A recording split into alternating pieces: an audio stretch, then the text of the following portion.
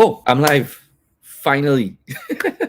All right. So if you're still inside, say hello. And this is our Christmas Eve slash Christmas episode. Let me know that you're hearing me. There's a real fancy. Oops, there's a real fancy Mac. So I'm not sure. Yeah, how this working here now. All right. So nothing, just worked. Trying to set everything up. Nothing was working. The cameras, the mic, everything. So let me know if you're hearing me. All right. See, have a mic right here. Totally useless right now. So it's not working. So hopefully it's sounding good. All right. So let me know if it's sounding good, guys. You hear me there, Josh?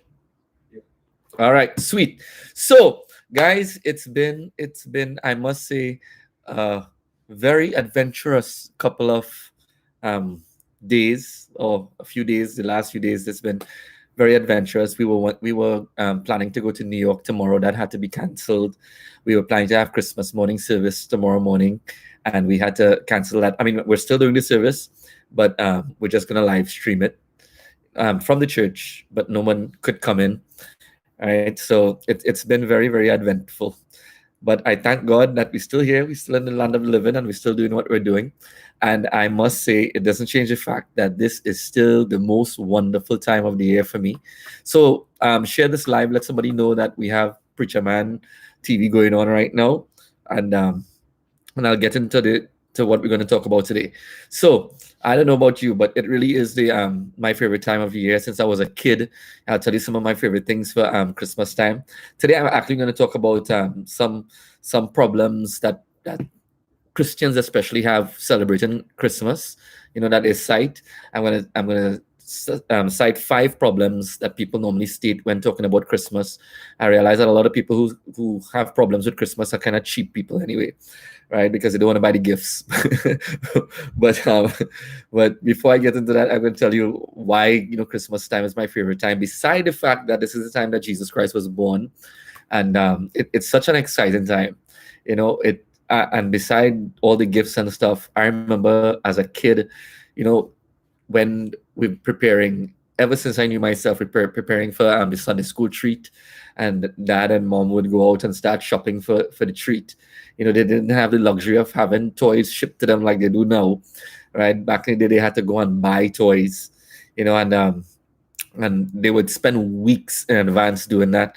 And then as the treat came up closer, then they would go buy a box of apples, and we used to go and smell the apples. And every now and then dad would say, all right, you could take one. And then they used to have bags and boxes of toys that they put on there. And Jude and I and Pastor Sharo, we used to like sit down and go sneak a peek at the toys. Used to be it used to be really nice seeing it. And then they would have to sit down and make the list for the Sunday school, all the people, all the classes who came first, and every year they would hide, from me or Jude, in case we came first or second or whatever. All right, so that's something that I remember. I always spend Christmas with family, so this might be the first time in a very, very, very long time I wouldn't be with my family, which is kind of sad. What's going on, Melissa? What's going on, Sharon, Lisa? Right. I see Ari on here. Hey, Denny's Ramdale on here, boy. Right. And yeah. All right. Cool. So Riyadh said I'm good. So that means we're good. Right. So Merry Christmas Eve to everybody. Yeah. So I I remember, all my Christmases you're spending with my family. Is the worst Christmas I ever had. I was talking to my sister about that today. It's the first year that we went to Texas. We didn't know anybody, and we are accustomed to having like a billion people over at the house for Christmas. But that year we didn't know anybody, so me and my sister and my brother-in-law, we cooked a whole bunch of food, and for Christmas, and then it was just the three of us sitting there having it. So that was really really sad. That was probably the last kind of horrible Christmas I had. This one is not going to be horrible. I wouldn't be able to spend it with my family. My mom and my dad is in Trinidad. My brother and my sister and their families are in New York, and me and Denise and the kids were staying here in Florida. We were supposed to go, but that's not happening, right? So but that's just the way the cookie crumbles right now. Merry Christmas to you as well, Cardo. So let's get into what we want to talk about today. So there's some problems that certain people a lot of people side with Christmas, and the most popular one I think that we see people talking about is Merry Christmas to you as well, Rachel. Is Christmas is a pagan celebration, right? And a lot of people start talking about Semiramis and blah blah blah. And let me tell you something. The bottom line is that Jesus Christ was born, and I know you heard this before, right? Jesus Christ was born. We don't know exactly when he was born, but some of you should have paid attention by now, seeing that we saw the star recently. When you trace the star back, the appearance of that star is linked around December the 25th. Isn't that crazy? And I think that's why the people of old, the early church, who wanted to celebrate Christmas, would have decided, okay, let's put this for December the 25th, right? So I don't think that when we celebrate Christmas, we are bowing down and worshiping any pagan god. We're not bowing down to Semiramis or Zeus or any kind of god like that. There's only one God that we think about, and that's Jesus Christ. And people need to get that.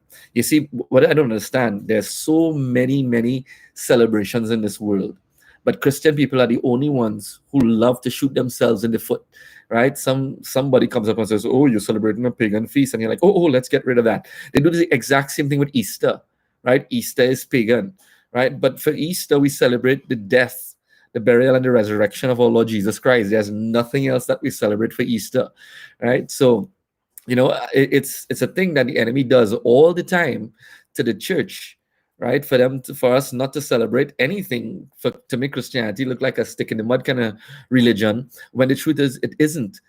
Christmas is the most wonderful time of the year for anywhere you go in the world, right? Even the nations that don't know, there's something about this time, where we celebrate the birth of Jesus Christ. So I think that we should really celebrate Jesus Christ and forget, that people are talking about this is a pagan celebration. It's not a pagan celebration. Let me tell you something. I preached a sermon recently called the Doctrine of Balaam, right? And what that was basically about, it was basically about Balaam. When he couldn't curse Israel, he decided, this is what I'm going to do. If I can't curse them, I'm going to get God to curse them. And how did he do that? He infiltrated Israel with a doctrine, right? And basically that doctrine was basically equality, which is what we see people preaching in the world today, right? Equality. And what he basically said was, you are the daughters of Moab was equal to the sons of Israel, and therefore the sons of Israel, they had sexual relations with the girls from Moab, right? But what basically happened there, right, is that is that the woman would come into the tent, right, and they're going to have relations with the guys. And before, these guys would be overcome with lust, just like any other man in that position, I guess, most of them, and not all, right? And they overcome with lust. And then the girls would say, hold on, before we do this, they would pull out their idol and they would put it there. And they're not realizing that this is how these women used to worship those idol gods, by basically prostituting themselves before the gods. That was a form of worship. So they were taking part in idolatry, right? In the face of the gods, in the face of these little statues of wood and stone and metal, right? And the bottom line is, that is how you partake in paganism, even if you're doing so kind of inadvertently. But these men had to see these gods there. I guarantee you, there's not a genuine spirit-filled Christian who is taking part in idolatry and paganism, right? In Christmas, I guarantee you, we're not worshiping any other God but Jesus. We're not celebrating any other person but that God who came in the form of a baby and laid in a manger. No other God did that but our God. That's why I thank God for that. What's going on? Redo more. All right, cool. Right, so that's one. Christmas is pagan. There's another one, the Christmas tree. That thing right there. And I see so many of you posting a little Christmas tree up, right? And they normally quote a scripture from the book of Isaiah talking about people decorating trees and worshiping idols and blah blah blah, right? And if you really read that scripture in the book of Isaiah, it talks about a man would cut a tree down, he would take part and he put it in the firewood, he would take part and he would drag it through the mud, and then he would do this with part, he'd do next with a part, and then he'll take part of it, and then he'll carve a god out of it and worship that God and say, you are the God that is good to me, or something like that. Right now, I guarantee you that when we put up a Christmas tree, there's nobody who's saying, I am worshiping this Christmas tree right now. If you're worshiping your Christmas tree, it's time to pick it up and throw it outside because there's nothing like that. You might look at a tree and say, man, that tree is so beautiful, right? But that's the extent of it. And then I've heard people, some biblical scholars, right, go as far, Merry Christmas to you as well, Jessica, right? Will go as far to say that we bow down before the Christmas tree. You ready for how we bow down before Christmas tree? When you see we go to get the gifts from under the tree, we're bowing to the tree. Right? That is the stupidest thing I've ever heard. But there are Christians who will actually use that argument against the Christmas tree.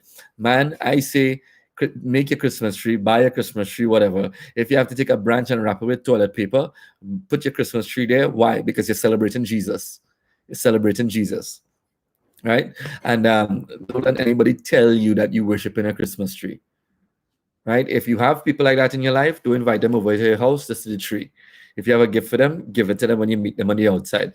But tell them the Bible says if meat causes your brother to stumble, don't eat it. And guess what? If you walk into my house, dude, you'll be stumbling a whole lot, right? So the bottom line is nobody here is worshiping a tree. I hope not, right? That's not what we're doing. The next one I saw, especially when I was back in Trinidad, the musical artists, and they were launching a massive offensive against Santa. You know why? Because Santa was replacing Jesus. That's a next problem with Christmas that people have. This big Santa Claus thing. Christmas is not about Santa. Christmas is about Jesus, right? And I agree, but who the heck worshiping Santa? Nobody is worshiping Santa. And if you think that Santa is replacing Jesus, right? All right, you're watching some movies and everything about in the movies is about Jesus. But tell me, all the other movies you're watching have Jesus in it? Yeah, that's what you need to ask them. All the other movies you're watching, you see any Jesus in there? No, yes, you know Jesus in there, but for some strange reason, when it comes to the Christmas movies, right? Santa and fire for Santa Claus. I think Christians look wholly idiotic when we attack Santa Claus, an imaginary figure. We look as idiotic as atheists do when they attack what we believe in. Is the truth, So I'm not going to fight against Santa. If I mean Santa don't exist, why am I fighting Santa? Right?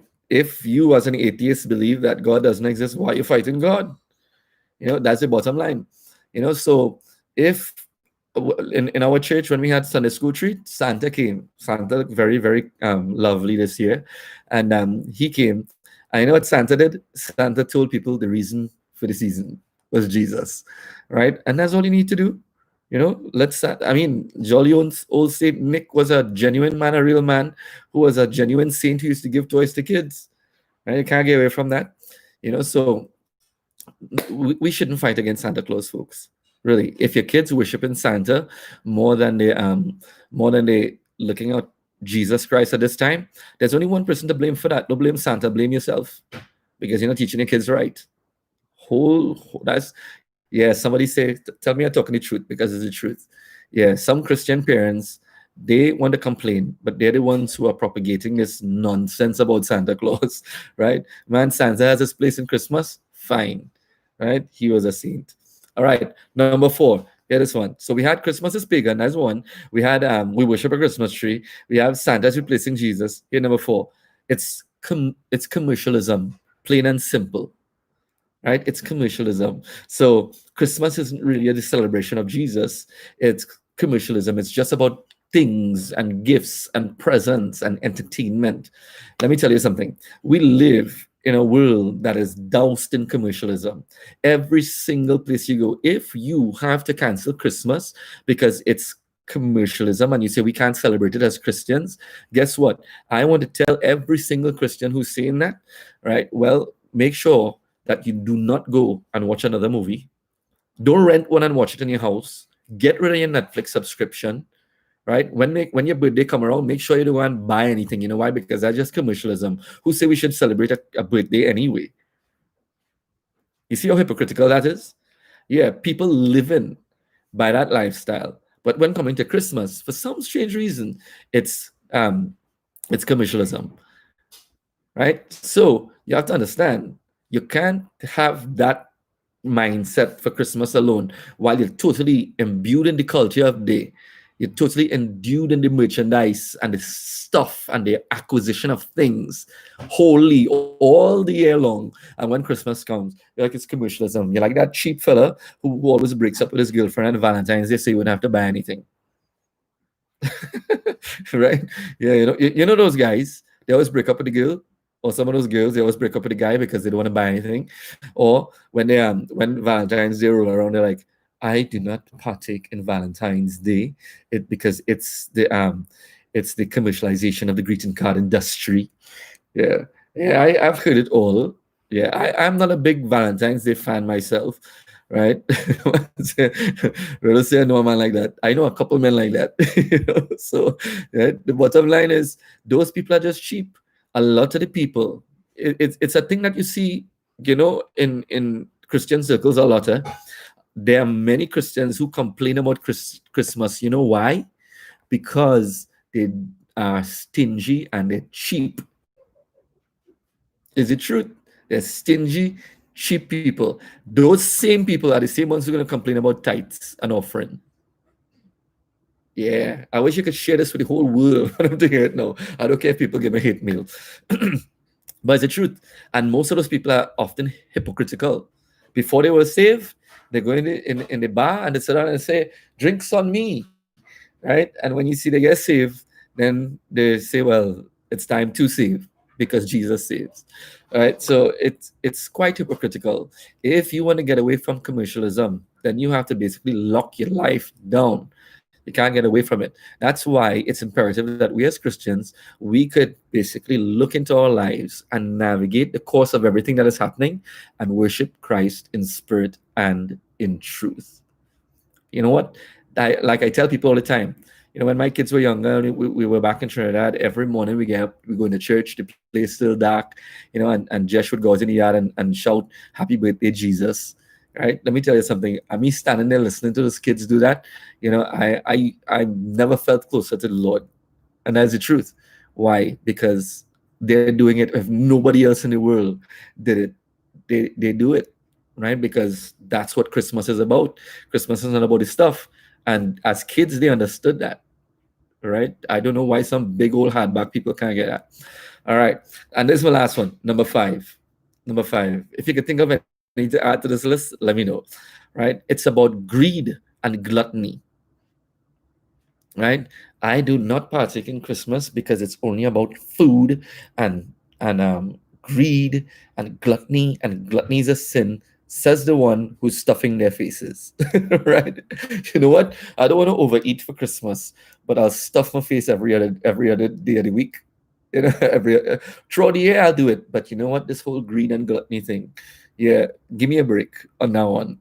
You know what? I think that throughout the year that we need to practice discipline, and self-discipline. And that's something that I had to stop and take note of myself too, because it's something I always talk about, the sin of gluttony, right? And we live in a culture right now, in a nation right now, where people eat, boy, wow, they eat. And I realized that I was falling into that same bracket until God said, you're eating too much, so I'm going to make you lose your appetite a little bit. I'm like, right? So you have to eat a little less. So it's not about Christmas is not about greed and gluttony, right? That's basically people nitpicking, right? Christmas is not about the ham, right? I do eat ham, and Christmas is not about turkey and curry duck. Lord have mercy, and dal puri and things like that. I know some of you done already preparing for that, right? And the fruit cake and the punch cream. I don't know what that is, but I always seen it since I'm small. And sorrel and all that stuff, right? Christmas is not about those things, But I must say this though: when family get together, it's good to eat. Yeah, it's really good to eat. My brother is a fan of food, and he's very good with food. He makes it very well, right? So when him and I get together, we eat, man. Right? We don't eat until it's just start speaking in tongues, right? Oh yeah, boy, stew iguana. I haven't had stew iguana in ages. Yeah, like one man say hot sada roti and iguana, right? And all the other people who looking at this later on, they'll be like, iguana? Oh my gosh, yeah, right. But I haven't had that in a very long time. and I'm living in the land of iguanas right now. Yeah, but it really isn't about food, but food is a part of what we do, especially in Trini culture for Christmas. And I say, once you do what you're doing in moderation, in other words, you finish, you're belly full, stop. That's all. Belly full, stop. And you've had enough until you take a five and then you get hungry again and you go back and you eat again. Right? But that is not the be all and end all of Christmas. Guess what? If we were to take away all the food, right, and we were to take away all the presents, and we were to take away the whole holiday, which, mark my words, you're going to see them try to take it away in the next few years, right? They're going to try to shut Christmas down forever, right? When you would take all these things away, we will never, ever stop celebrating, never stop celebrating Christmas. Even if we have to whisper at the cost of our lives, Merry Christmas, Jesus. Happy birthday, Jesus. We do it. Why? Because he's worth it. He's everything.